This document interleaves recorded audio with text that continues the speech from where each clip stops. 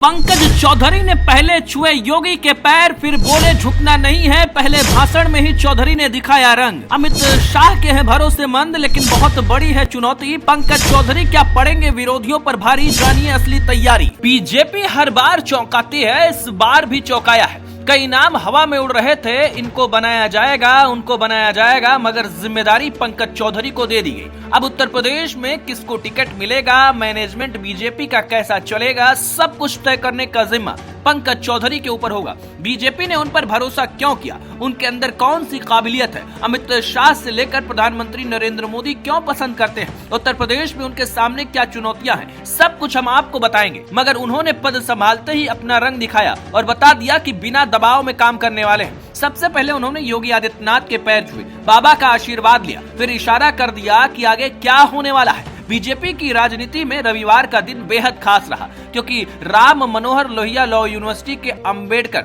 सभागार में जैसे ही पंकज चौधरी को प्रदेश अध्यक्ष घोषित किया गया, माहौल पूरी तरीके से चुनावी रंग में रंग गया। मंच पर आते ही पंकज चौधरी ने पहले वरिष्ठों के पैर छुए और फिर योगी के ठीक बगल में बैठ गए, जो बता रहा है कि योगी आदित्यनाथ और उनके बीच तालमेल काफी अच्छा है और आगे की तैयारी जोरदार है। अपने पहले संबोधन में पंकज चौधरी ने यूपी बीजेपी की राजनीति को 4K के फॉर्मूले में बांध दिया है। क्या है इसका मतलब, चलिए समझते हैं। उन्होंने कहा कि किसी भी मजबूत संगठन की नींव 4 चीजों पर टिकी होती है: कार्यालय, कार्यक्रम, कोष और कार्यकर्ता। उन्होंने साफ कहा कि अगर समर्पित कार्यकर्ता नहीं होंगे तो बाकी तीनों का कोई मतलब नहीं रह जाता। अपने 35 साल के राजनीतिक अनुभव का हवाला देते हुए उन्होंने कहा कि उन्होंने हर चुनाव कार्यकर्ताओं के दम पर लड़े हैं और जीता है। पंकज चौधरी ने कार्यकर्ताओं को लेकर जो तेवर दिखाए हैं, उसने सियासी हलकों में हलचल मचा दी है। उन्होंने मंच से कहा कि वे कार्यकर्ताओं के मान और सम्मान के लिए सरकार से भी बात करेंगे और अगर जरूरत पड़ी तो अड़ेंगे भी, लड़ेंगे भी। उनका साफ संदेश था कि कार्यकर्ताओं की उपेक्षा नहीं होगी।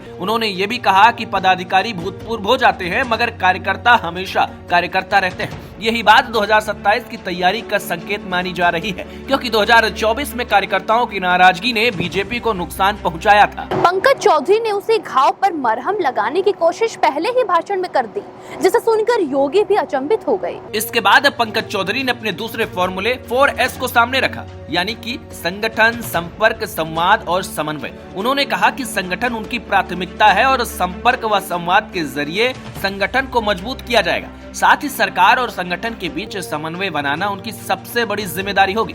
उन्होंने कार्यकर्ताओं से कहा कि आपकी समस्याएं सरकार तक पहुंचाना मेरा काम है और सरकार के कामों को जनता तक पहुंचाना हम सबकी जिम्मेदारी। जानकारों का मानना है कि ये इवेंट सिर्फ ताजपोशी का नहीं, बल्कि 2027 विधानसभा चुनाव का शंखनाद है। करीब 15,000 कार्यकर्ताओं की मौजूदगी में ढोल, नगाड़े और उत्साह ने साफ कर दिया है कि बीजेपी अभी से चुनावी मोड में आ गई है। योगी ने मंच से नए अध्यक्ष की तारीफ की और संगठन से सहयोग मांगा है, जबकि पंकज चौधरी ने योगी सरकार की उपलब्धियां खुलकर गिनाई हैं। अब देखना होगा कि ये तालमेल कितना जबरदस्त होता है, मगर पंकज चौधरी ने तो इसकी तरफ इशारा कर दिया है। आज बहुत ही प्रसन्नता का विषय है, लेकिन साथ ही साथ एक बहुत बड़ा दायित्व मेरे सर पे आया और निश्चित तौर से मैं इसके लिए अपने केंद्रीय नेतृत्व को बहुत बहुत धन्यवाद दूंगा और अभी इसके साथ अपने पदाधिकारियों के साथ बैठ के कार्य योजना तय करके आगे कैसे काम करना है वो काम शुरू करूंगा।